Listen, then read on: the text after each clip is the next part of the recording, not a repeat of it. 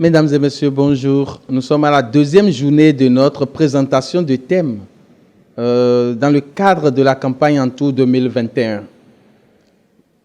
Comme nous l'avons présenté à la première journée, le thème général de la campagne Entour 2021, eh bien, l'impact de la crise sanitaire de la COVID-19 sur la stabilité familiale.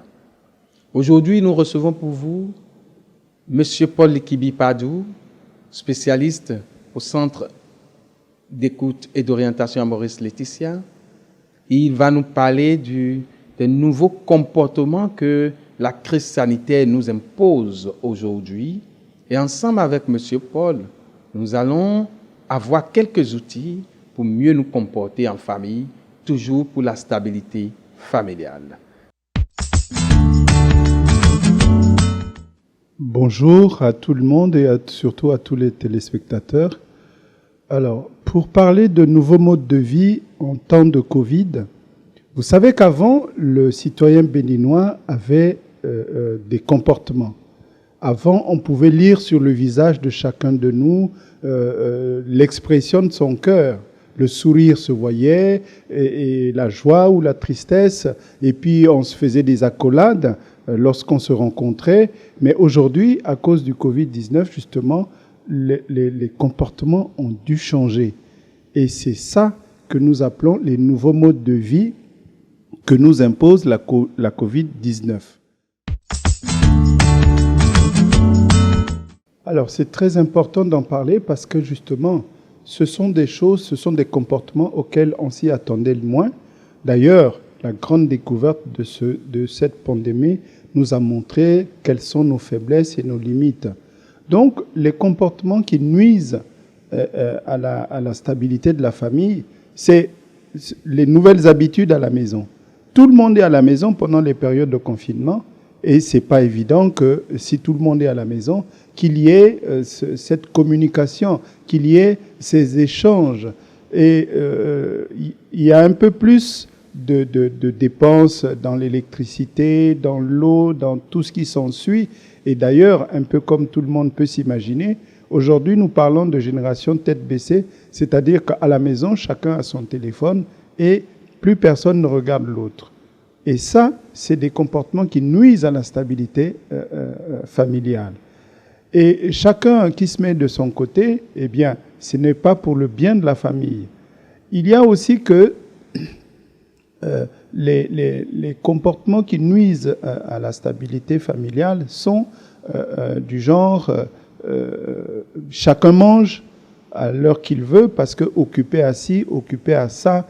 Et ça, c'est très embêtant que le temps de confinement ne nous permette pas de nous retrouver en famille et faire ce que nous aurions dû faire comme en temps normal. Parce que en temps normal, il y a, c'est vrai, des repas qui sont pris chacun à son tour, parce que les conditions professionnelles nous l'obligent. Mais maintenant qu'il y a le confinement, chacun aurait pu profiter de ce moment pour partager des repas en famille.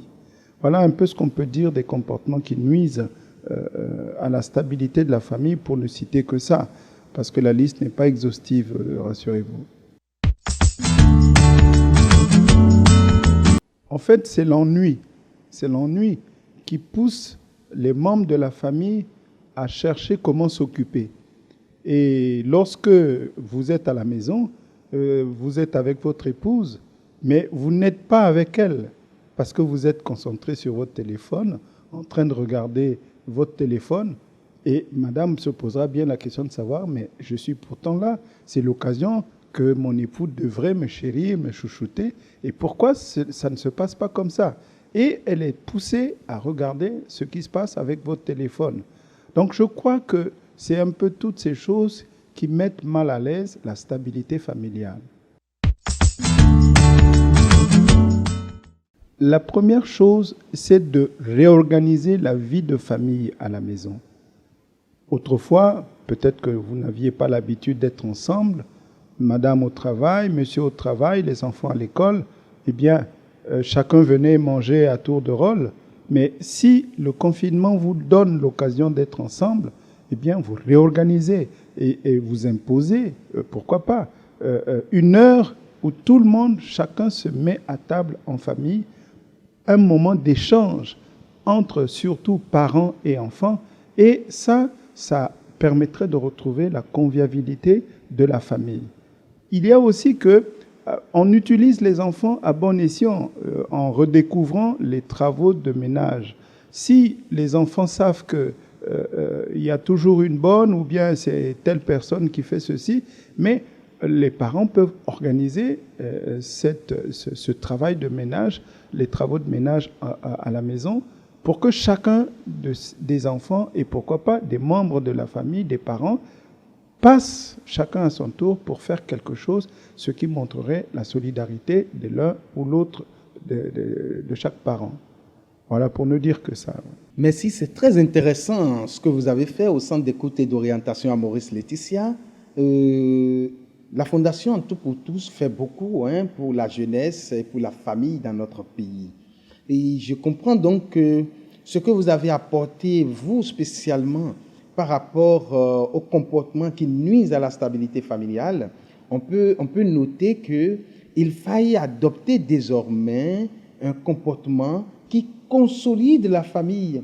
Et de ces comportements qu'il faille adopter, il y a le fait que les parents doivent réorganiser la vie en famille, instaurer des rituels de famille qui mettent à l'aise tous les membres de la famille et redistribuer les tâches au niveau des enfants et suivre comment les tâches domestiques sont en train d'être faites. Ne pas laisser les enfants à l'ennui et au portable. Et si je comprends bien ce que vous venez de dire, il faut instaurer en famille les discussions. Il faut parler avec les enfants pour revoir leurs besoins et instituer en fait une harmonie familiale guidée par les parents. Et c'est ce que vous proposez. Ben, il n'y a rien de plus beau pour que la famille soit harmonieuse dans notre pays. Merci, M. Paul Ekibi Pardou. Merci à la Fondation En Tout pour Tous et félicitations aux spécialistes du Centre d'écoute et d'orientation à Maurice Laetitia. Mesdames et messieurs, nous sommes à la deuxième partie de notre exposé sur la campagne d'éducation, d'information et de formation en tout 2021. Nous remercions les spécialistes, spécialement M. Paul Ekibi Pardou, pour les outils qu'ils viennent nous apporter concernant la stabilité familiale et les nouveaux comportements que nous impose la crise de la COVID-19. Désormais, nous avons déjà clairement ce qu'il faut faire pour mieux nous comporter à la maison, en famille, pour que la COVID-19 ne soit pas source de la dislocation et de la division de notre famille. À la prochaine pour la troisième présentation des thèmes de la campagne En Tout 2020. Merci.